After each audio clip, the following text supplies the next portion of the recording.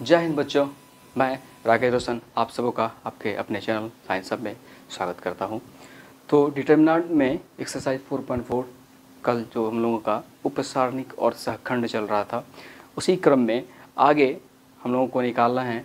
कल हम लोग देखे कि उपसारणिक और सहखंड कैसे कैसे निकाला जाता है और उसी का प्रयोग करके आपको आगे भी क्वेश्चन बनाने हैं। और उपसारणिक से क्वेश्चन एग्जाम में 100% ही आते हैं, इसलिए उसको 2 बार 4 बार 5 बार 10 बार 20 बार जितना बार होता है रिवीजन करके प्रैक्टिस करके रख लीजिए। वो ऑब्जेक्टिव में भी आपसे आ जाएगा और सब्जेक्टिव में भी आ जाएगा।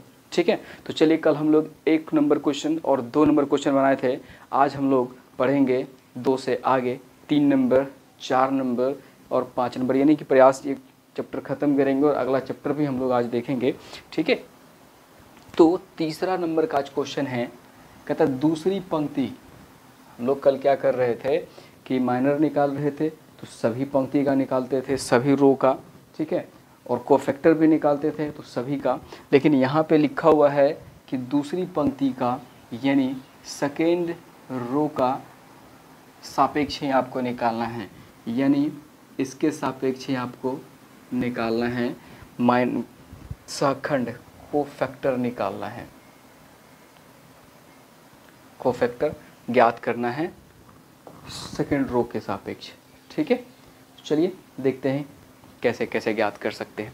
तो सबसे पहले सहखंड ज्ञात करने के लिए आपको माइनर ज्ञात करना पड़ेगा। ठीक है, और उससे पहले एक चीज़ और बता देते हैं, क्योंकि आपको देखिए यहाँ पे क्या ज्ञात करना है, मान ज्ञात करना है। तो हम लोग जब डिटर्मिनेंट शुरू किए थे, इतना हम लोगों को पता था कि इसके अंदर जो भी एलिमेंट जैसे 5 3 8 2 0 1 1 2 3, इन सभी को अंग्रेजी के छोटे अक्षरों से सूचित किया जाता है। अंग्रेजी के छोटे अक्षरों वो भी मैक्सिमम हम लोग ए से ही सूचित करते हैं। ठीक है, ए से ये था A31 A32 A33।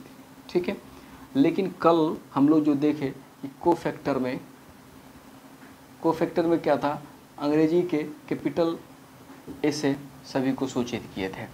इतना कन्फर्म है, क्योंकि ये अगर ध्यान में रहेगा तो इसका मान निकालने में आसानी होगी, और अगर नहीं पता हो तो मान निकालने में आपको दिक्कत होगा। ठीक है, तो मान निकालना है तो आपको इसके अंदर में जितने भी एलिमेंट्स होंगे वो सभी छोटे अक्षरों से, और कोफैक्टर को अंग्रेजी के ए जो फर्स्ट लेटर होगा बड़ी अक्षरों से सूचित करते हैं। ठीक है, तो सबसे पहले सहखंड ज्ञात करना है तो उपसारणिक ज्ञात कर लेते हैं, क्योंकि उपसारणिक ज्ञात कर लेंगे तो कोफैक्टर निकालने में आसानी होगी। ठीक है, तो चलिए सबसे पहले माइनर निकालते हैं। ठीक है, माइनर वो भी क्या सेकंड के लिए, तो M21 सेकंड के लिए। तो M21 जब ज्ञात करेंगे तो बीच वाला में से तो एक भी एलिमेंट नहीं लेंगे, ये वाला भी ढकाएगा। ठीक है, ये वाला ढकाएगा तो हमारे पास बच क्या रहा है 3823 3823। तब इसको सॉल्व कर लेते हैं। 3 3 जा 9 माइनस 8 2 जा 16, ये हो गया -7। ठीक है,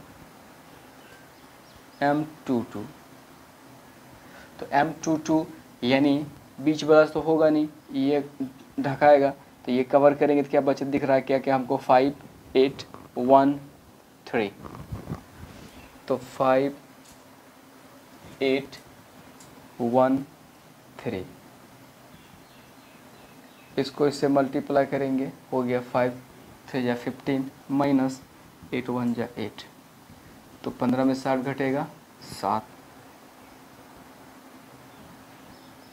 M22 M23, तो M23 यानी इसको कवर कीजिए, क्या दिख रहा है 5 3 1 2 5 3 1 2, इसको इससे मल्टीप्लाई कीजिए 5 2 जा 10 माइनस इसको इससे मल्टीप्लाई कीजिए 3 1 जा 3, 7 में से 3 माइनस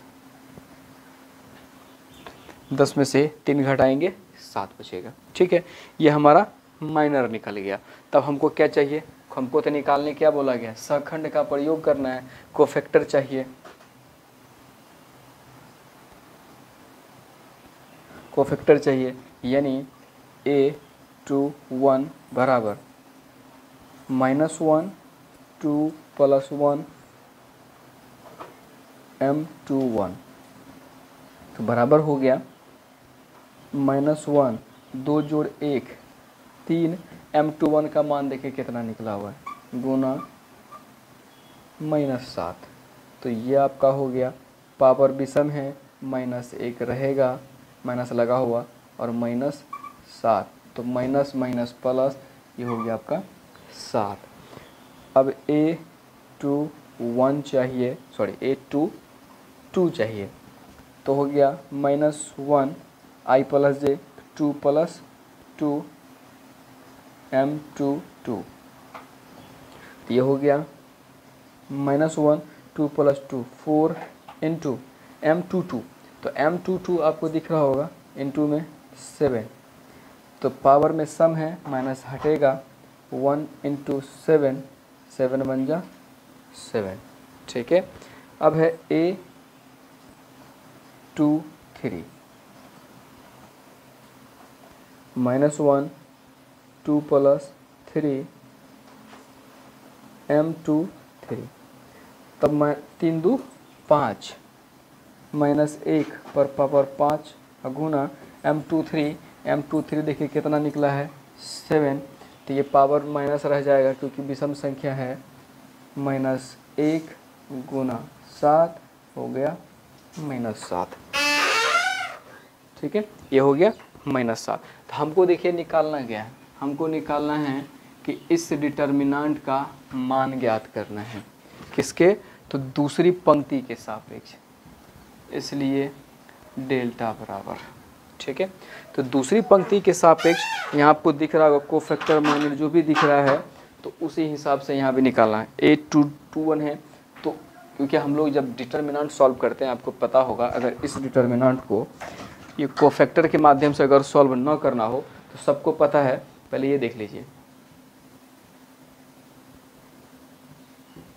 रफ पहले देख लीजिए। अगर इस डिटर्मिनेंट को सॉल्व करने कहेंगे तो कैसे सॉल्व करेंगे हम सभी, 5 ये हटेगा, इधर हटेगा, तो 0 1 2 3 प्लस माइनस, अगर कह देंगे कि दूसरी पंक्ति के सापेक्ष, plus minus plus minus plus minus plus plus minus plus, ठीक है। तो दूसरी पंक्ति के सापेक्ष अगर कहेंगे करने के लिए, तो हम लोग क्या कहेंगे 2, ठीक है, ये हटेगा, तो क्या होगा 3 8 2 3, ठीक है।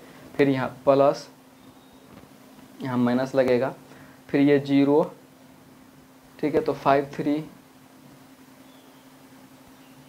5 8, अब उसके बाद 1 3, इस प्रकार देखिए। आगे है अंक गुना, तो अंक गुना जो है, तो इसको हम लोग क्या लिखते हैं, अंग्रेजी के छोटे अक्षरों से लिखते हैं, A21 A22 A23, तो उसी प्रकार ये इसका मान ज्ञात करना है, तो कोफैक्टर के माध्यम से ज्ञात करना है, ठीक है। घूम करके बात वही जाता है, ठीक है, लेकिन बोला है कि कोफैक्टर के माध्यम से आप ज्ञात कीजिए, तो चलिए कोफैक्टर के माध्यम से ज्ञात करेंगे, ठीक है। तो कोफैक्टर के माध्यम से, यानी इसलिए डेल्टा बराबर, तो जो कोफैक्टर है वही उसका एलिमेंट से भी गुना करेंगे। अगर 21 दिख रहा है तो A22, तो स्मॉल A21 इंटू में A21 plus A22 plus A23, ठीक है। अब A21, तो A21 यहाँ दिख रहा होगा 2 इंटू A21 यहाँ दिख रहा होगा 7 प्लस A22 आपको दिख रहा होगा 0 इंटू A22 आप दिख रहा होगा यहाँ 7 प्लस A23 दिख रहा होगा 1 इंटू A23 यहाँ दिख रहा होगा माइनस, यहाँ देख लीजिए -7,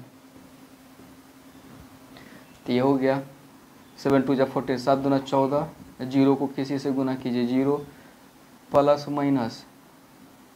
माइनस 7 गुना 1 7, अब 14 में से -7 हो गया 7, तो इसका आपको आंसर कितना आ गया, ये हो गया 7। आपको यही निकालने के लिए बोला गया था कि इसका आपको मान ज्ञात करना है किसके माध्यम से, तो कोफैक्टर निकाल करके तब आपको ज्ञात करना था कि इसका मान कितना होता है।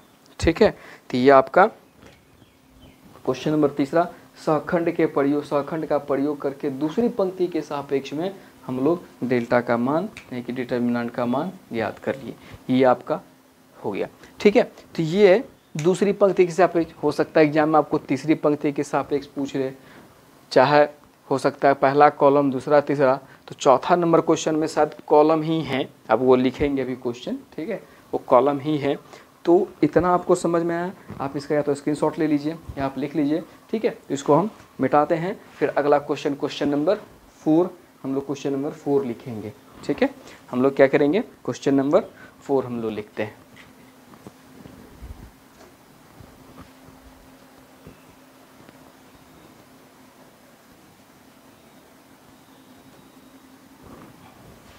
तो क्वेश्चन नंबर 4 ये हम आपको मिटा देते हैं, तब फिर क्वेश्चन लिखते हैं, फिर उसको बनाएंगे। ठीक है, मेरे ख्याल से ज़्यादा दिक्कत नहीं है कोफैक्टर और माइनर निकालने में। ठीक है, समस्या नहीं है, आपको एग्ज़ाम में आसान तरीके से आ जाएगा नंबर। ठीक है, ज़्यादा परेशान होने की आवश्यकता नहीं है। चौथा नंबर क्वेश्चन देखिए, चौथा क्वेश्चन है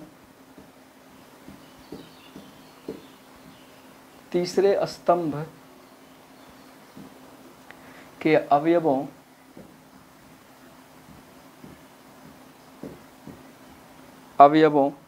के सहखंडों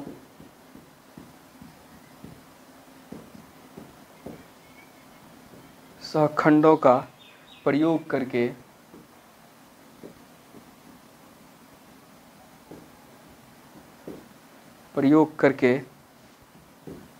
delta 1 1 1 x y z YZ ZX XY का मान ज्ञात करें। ठीक है, ये आपको ज्ञात करना है। ठीक है, ये आपको ज्ञात करना है। तो आप पहले क्वेश्चन देख लीजिए, क्वेश्चन लिख लीजिए, फिर उसको आपको सॉल्व करते हैं।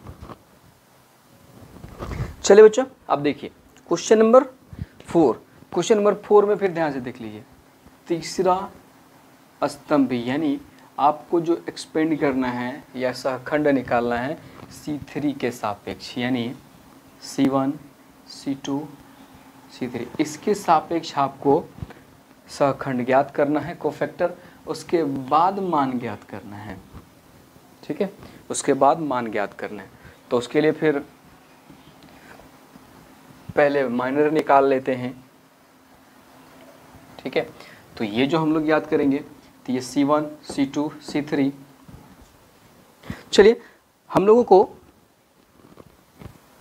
तीसरे पंक्ति C3 के सापेक्ष आपको मान ज्ञात करना है। ठीक है, तो जैसे हम लोग डिटरमिनेंट में क्या लिखते हैं, A11 A12 A13 A21 A22 A23 A31 A32 A33, और ये क्या हो गया M क्रॉस N। ठीक है, यानी कि 3/3 मैट्रिक्स है। ठीक है, तो पहला वाला रो को दर्शाता है और दूसरा वाला कॉलम को दर्शाता है। ठीक है, तो हमको चाहिए C1 C2 C3 यह, तो 1 2 3 यानी ये पहला रो हुआ, और हमको चाहिए कॉलम के सापेक्ष तीसरा कॉलम इसके सापेक्ष, यानी हमको ये वाला एलिमेंट ध्यान से देखिए, ये वाला हमको निकालना है, A13 A23 A33। ठीक है, तो M13 ज्ञात करना है, M13। तो M13 यानी आप इसको कवर करेंगे तो इसके सामने का कवर होगा, बचेगा हमारे पास 1 Y 1 Z। ठीक है, चलिए इसको सॉल्व कीजिए, इसको इससे मल्टीप्लाई करें, 1 into Z Z minus 1 into Y Y, यानी आपका Z माइनस Y आया। ठीक है, उसी प्रकार M23 निकालना है, M23 ज्ञात करना है। ठीक है, M23 ज्ञात करना है।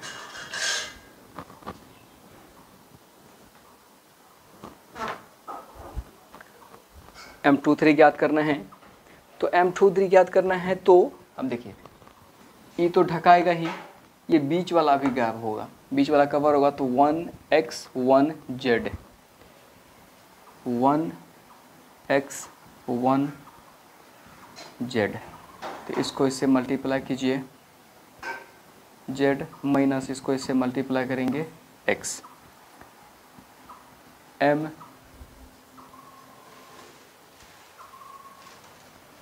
M33, ठीक है, M33 ज्ञात करना है।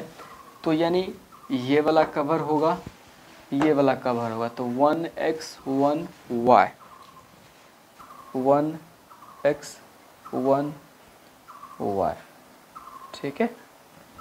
तो 1 into Y, y minus 1 into X, X. तो M33 निकल गया।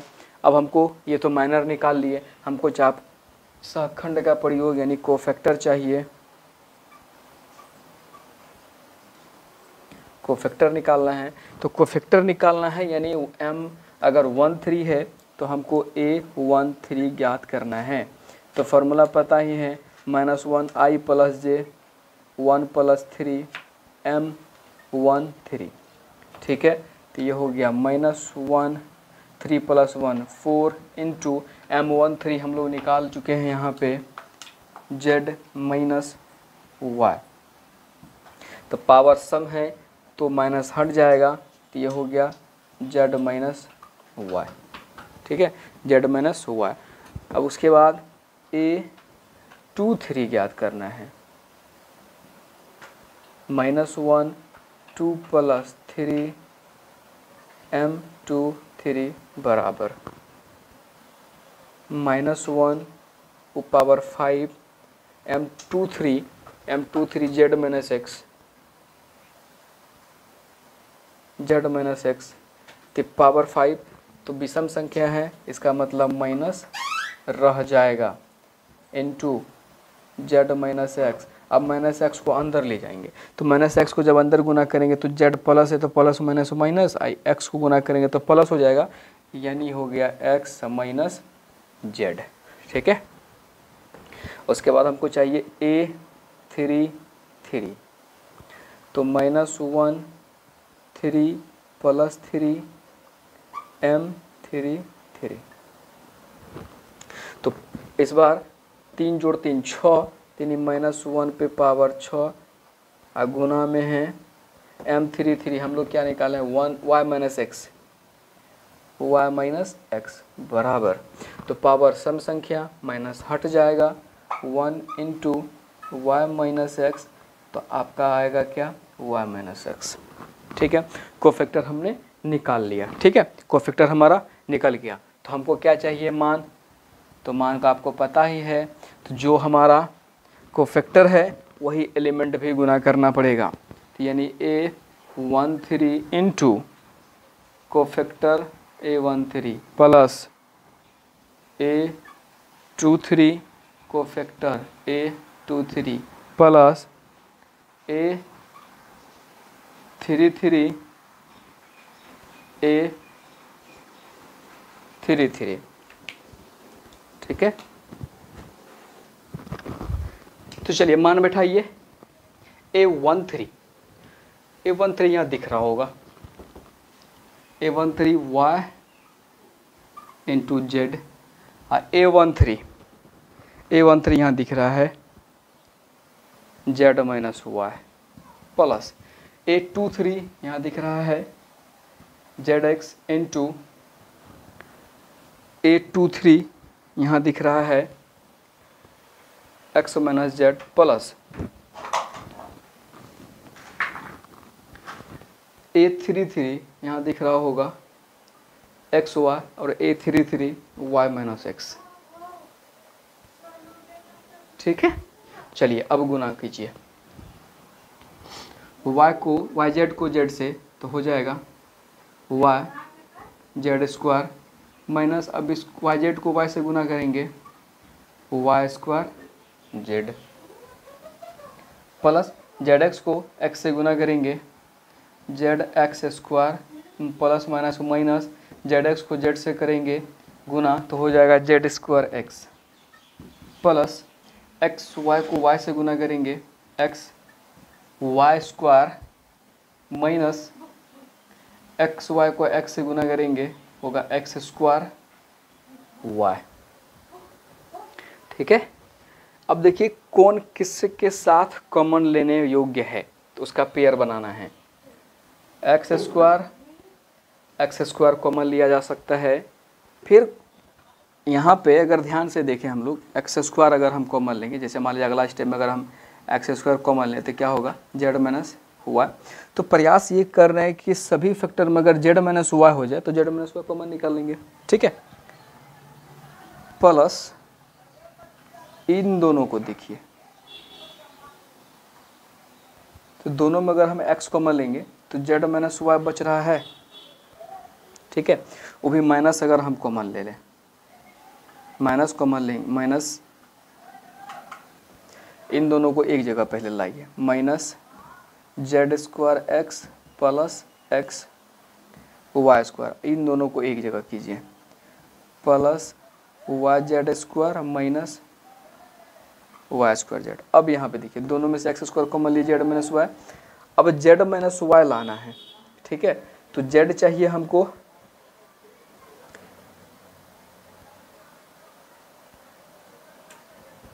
पॉजिटिव, माइनस निकाल लिए एक्स कॉमन, ये हो गया जेड स्क्वायर, अब माइनस वाई स्क्वायर, ये हमारा हो गया कॉमन। ठीक है, ये हमारा हो गया कॉमन। ठीक है, उसके बाद अब यहाँ पे प्लस वाई जेड दोनों में दिख रहा है तो वाई जेड कॉमन निकाल लीजिए। तो जब यहाँ स्क्वायर है तो एक जेड बच गया, यहाँ स्क्वायर है एक वाई बच गया। ठीक है, अब ये हो गया X square into Z minus Y minus X. अब देखिए A square minus B square, तो A plus B into A minus B plus Y Z Z minus Y. ठीक है, अब जेड माइनस वाई सभी में है, जो जेड माइनस वाई कॉमन निकाल लेते हैं,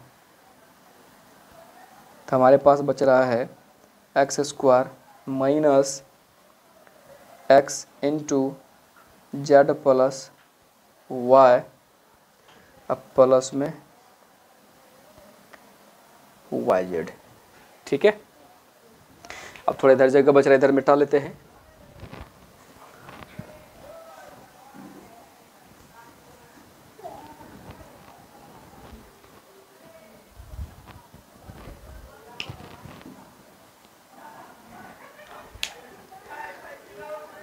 हो गया बराबर Z minus Y X square,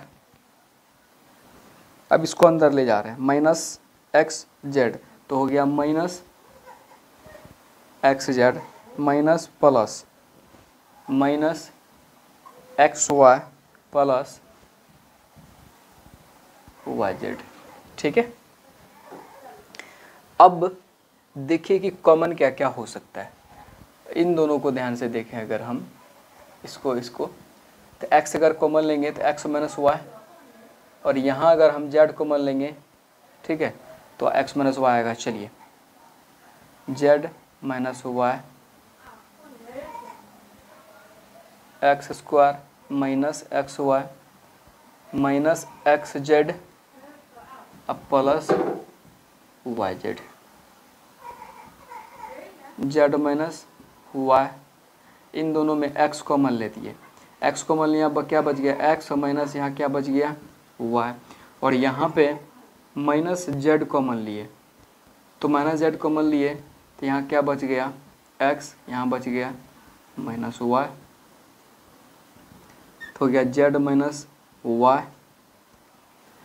अब y x minus y common निकाल लेते हैं, x माइनस वाई कॉमन निकाल लिए, क्या बच गया x माइनस जेड। तो ये हमारा हो गया आंसर, इसका मान निकल गया। इससे डिटर्मिनेंट का मान हमारा इतना निकल के आया, ठीक है। इसे डिटर्मिनेंट का मान हमारा इतना निकल के आया, ठीक है।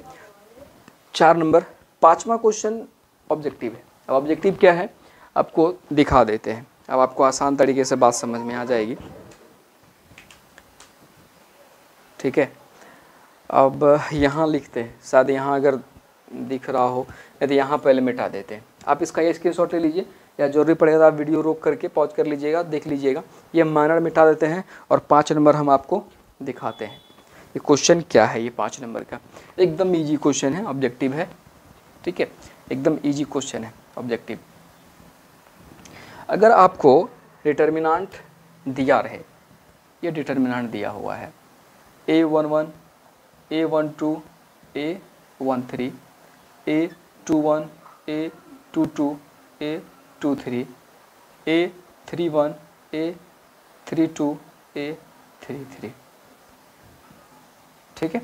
ये दिया हुआ है।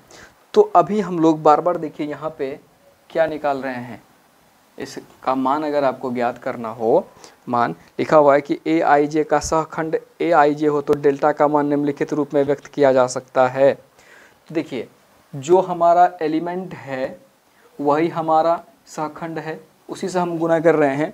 तो वही चीज़ है कि ये दिया हुआ है तो बोल रहा है 4 ऑप्शन दिया हुआ है ए बी सी डी में कौन सा ऑप्शन सही होगा, ठीक है। 4 ऑप्शन दिया हुआ है।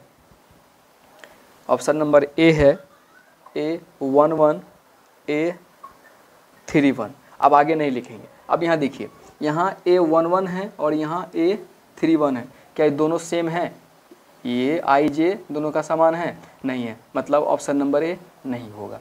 चलिए ऑप्शन नंबर बी देखते हैं। ऑप्शन नंबर बी है A11 कैपिटल A11, यहाँ तक तो ठीक है।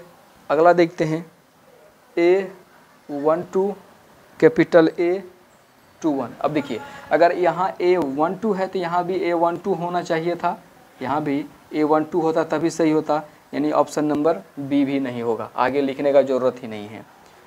ऑप्शन नंबर सी देखते हैं। ऑप्शन नंबर सी है A21 A11। अब आगे लिखने का ज़रूरत ही नहीं। देखिए A21 है तो सहखंड क्या होना चाहिए, A21 है, ऐसा क्या नहीं है, तो ऑप्शन नंबर सी भी नहीं होगा। अब ऑप्शन नंबर डी पे चलते हैं। तो ऑप्शन नंबर डी है A11 A11। चलिए यहाँ तक ठीक है, प्लस, ठीक है, plus A21 A21 plus A31 A31। अब देखिए A11 A11, A21 A21, A31 A31, यानी option number D. Option number क्या हो जाएगा? ऑप्शन नंबर डी हमारा राइट आंसर होगा। ऑप्शन नंबर डी हमारा क्या होगा? राइट आंसर होगा, ठीक है। आप इसको लिख लीजिए, उसके बाद अब अगला चैप्टर शुरू करेंगे। चलिए अब आज का ये एक्सरसाइज 4.4 ख़त्म हो गया। अब हम लोगों को एक्सरसाइज 4.5 में देखना है क्या है। उसमें हम लोगों को एक्सरसाइज 4.5 में निकालना है एडजॉइंट ऑफ ए मैट्रिक्स, ठीक है, यानी अवयव का सहखंडज, ये आपको ज्ञात करना है, ठीक। जो अभी हम लोग कोफैक्टर निकाले थे, तो मैट्रिक्स जो होगा वो कोफैक्टर से बना हुआ मैट्रिक्स होगा। यानी कहने का मतलब हो गया, हम लोग कोफैक्टर को कैसे लिख रहे थे, A11 A12 A13 A21 A22 A23 A31 A32 A33, यानी कोफैक्टर हम लोग जो भी अपना भी निकाले हैं सब कैपिटल ए में था, ठीक है, और एलिमेंट स्मॉल ए में, ठीक है। तो कोफैक्टर एडजॉइंट ऑफ ए जो निकालेंगे, एडजॉइंट ऑफ ए, तो कोफैक्टर से बना हुआ मैट्रिक्स, कोफैक्टर से पहले क्या करेंगे, जो भी क्वेश्चन दिया रहेगा कोफैक्टर निकाल लेंगे। कोफैक्टर निकालने के बाद उसका मैट्रिक्स पहले निकाल लेंगे और उस मैट्रिक्स का ट्रांसपोज निकालेंगे। क्या करेंगे? उस मैट्रिक्स का ट्रांसपोज निकालेंगे। ट्रांसपोज याद होगा कि ये रो क्या हो जाता है? कॉलम हो जाता है, और कॉलम क्या होता है? रो हो जाता है। यानी A11 A2 A3, तो ये कॉलम है तो ये रो हो जाएगा। A11 यहाँ होगा A11, ये हो गया A21 A31, ये सब ऐसे हो जाएगा। ठीक है, तो ये आपको बस एडजॉइंट पे इतना ही करना है कि कोफैक्टर निकाल लेना है। कोफैक्टर निकाल के उसका मैट्रिक्स निकाल लेंगे। अब मैट्रिक्स का ट्रांसपोज कर देंगे तो हमारा एडजॉइंट निकल जाएगा। मैट्रिक्स का ट्रांसपोज कर देंगे तो हमारा क्या निकल जाएगा? एडजॉइंट निकल जाएगा। ठीक है, तो चलिए देखते हैं क्वेश्चन नंबर 1 एक्सरसाइज 5.1 में। क्वेश्चन नंबर 1 है हमारा, माना मैट्रिक्स ए। मैट्रिक्स ए है आपका 1 2 3 4, 1 2 3 4, ये हमारा मैट्रिक्स है। ठीक है, ये हमारा मैट्रिक्स है। तो कोफैक्टर निकालने के लिए पहले अभी थोड़ा सा जो हम लोग पीछे करके आए वही बता रहे हैं, तब उसको डायरेक्ट कैसे करेंगे देखिए। कोफैक्टर निकालने के लिए हम लोग पहले क्या करते थे? माइनर निकालते थे। ठीक है, तो माइनर निकालते थे M11। तो M11 में क्या करते थे? अगर 2x2 मैट्रिक्स है, 2x2, तो ये हम लोग लिखते थे। ठीक है, उसके बाद M12 तो ये लिखते थे, M21 तो हम लोग ये लिखते थे, और M22 हम लोग ये लिखते हैं। ठीक है, इतना याद है अभी जो जस्ट करके आए हैं। उसके बाद कोफैक्टर निकालने के लिए फिर क्या करते थे? A11 बराबर -1 1 + 1 M11। ठीक है, अब देखिए क्या हो गया? -1 1 + 1 पावर कितना? 2। M11 का मान क्या है? 4। तो ठीक है, तो ये पावर सम है तो हट जाएगा, 1 × 4 = 4। ठीक है, A12 तो -1 1 + 2 M12, तो ये हो गया -1 पे पावर 3 × M12 का मान देखिए कितना है? 3। तो विषम है तो कितना? -3। तो हम लोग ऐसे करके निकालते थे। लेकिन अब देखिए, अब हम लोग सीख चुके हैं, तो अब इतना करने का ज़रूरत नहीं है, क्योंकि एडजॉइंट ऑफ ए क्या कहता है? कोफैक्टर निकालिए, कोफैक्टर से डिटर्मिनिए मैट्रिक्स बनाइए और मैट्रिक्स का ट्रांसपोज कीजिए। तो अगर ऐसे करेंगे ढेर समय लगेगा, कि इसी को निकालने में समय लगेगा, तब फिर इससे मैट्रिक्स बनाएंगे, फिर मैट्रिक्स का ट्रांसपोज करेंगे, समय बहुत लगेगा। ठीक है, तो अब क्योंकि सीख चुके हैं हम लोग ऐसा निकालने, अगर फिर भी गलती होगा तो 2 और प्रैक्टिस कर लीजिएगा, तो गलती नहीं होगा। और डायरेक्ट हम लोग A11 निकालेंगे, A12 निकालेंगे। कैसे? अब देखिए, बगैर माइनर निकाले हुए। ठीक है, बगैर माइनर निकाले हुए हम लोग को, क्योंकि कोफैक्टर चाहिए, पहले कोफैक्टर निकलेगा तभी उसका मैट्रिक्स बनाएंगे, उसका ट्रांसपोज करेंगे। ठीक है, हमको क्या चाहिए? A11। तो आपको पता है कि माइनर यहाँ से हम लोग शुरू करते थे। तो A11 देखिए, 1 + 1 2 सम संख्या है, यानी -1 वाला जो पावर था सम है तो माइनस हटेगा, तो सीधा लिख लीजिए 4। A12 तो 1 2 2 जोड़ 1 3, विषम संख्या तो माइनस पे पावर रहेगा विषम, तो आंसर क्या आएगा? विषम, तो 3 के साथ लग जाएगा माइनस। A21 बराबर, तो A21 2 जोड़ 1 3, माइनस रहेगा तो माइनस रहेगा, इसमें माइनस लगाइए। A22 अब देखिए 2 जोड़ 2 4, सम हो जाएगा, पावर सम होगा तो माइनस रहेगा नहीं, तो क्या होगा? 1। ठीक है, तो क्या निकल के आ गया आपका? कोफैक्टर आसानी से निकल गया, माइनर निकालने का जरूरत तो पड़ा नहीं, वो 3x3 मैट्रिक्स में भी डायरेक्ट निकाल लेंगे। ठीक है, 3x3 मैट्रिक्स में भी हम लोग डायरेक्ट निकाल लेंगे। ठीक है, तो A11 हो गया। ठीक है, इसलिए एडजॉइंट ऑफ ए बराबर, तो एडजॉइंट ऑफ ए बराबर, तो जो कोफैक्टर निकाले हैं A11 A12 A21 A22, इससे बना हुआ मैट्रिक्स का ट्रांसपोज निकालना है। क्या निकालना है? ट्रांसपोज निकालना है। तो चलिए मान बैठाते हैं। A11 का मान है 4, A12 का मान है -3, A21 का मान है -2, A22 का मान है 1 और इसका ट्रांसपोज करना है। ठीक है, तो ट्रांसपोज तो आपको समझ में आ ही रहा होगा, यानी कॉलम को रो बनाना है, रो को कॉलम बनाना है। तो कॉलम को रो बनाइए। तो ये हो गया 4 -2 -3 1। ये हो गया आपका एडजॉइंट ऑफ ए हमारा निकल गया। ठीक है, एडजॉइंट ऑफ ए हमारा निकल गया 4 -2 -3 -1। ठीक है, तो एडजॉइंट ऑफ ए निकल गया। अब 2x2 मैट्रिक्स का आपको प्रैक्टिस करने के लिए क्वेश्चन लिखिए, जिसका आपको निकालना है।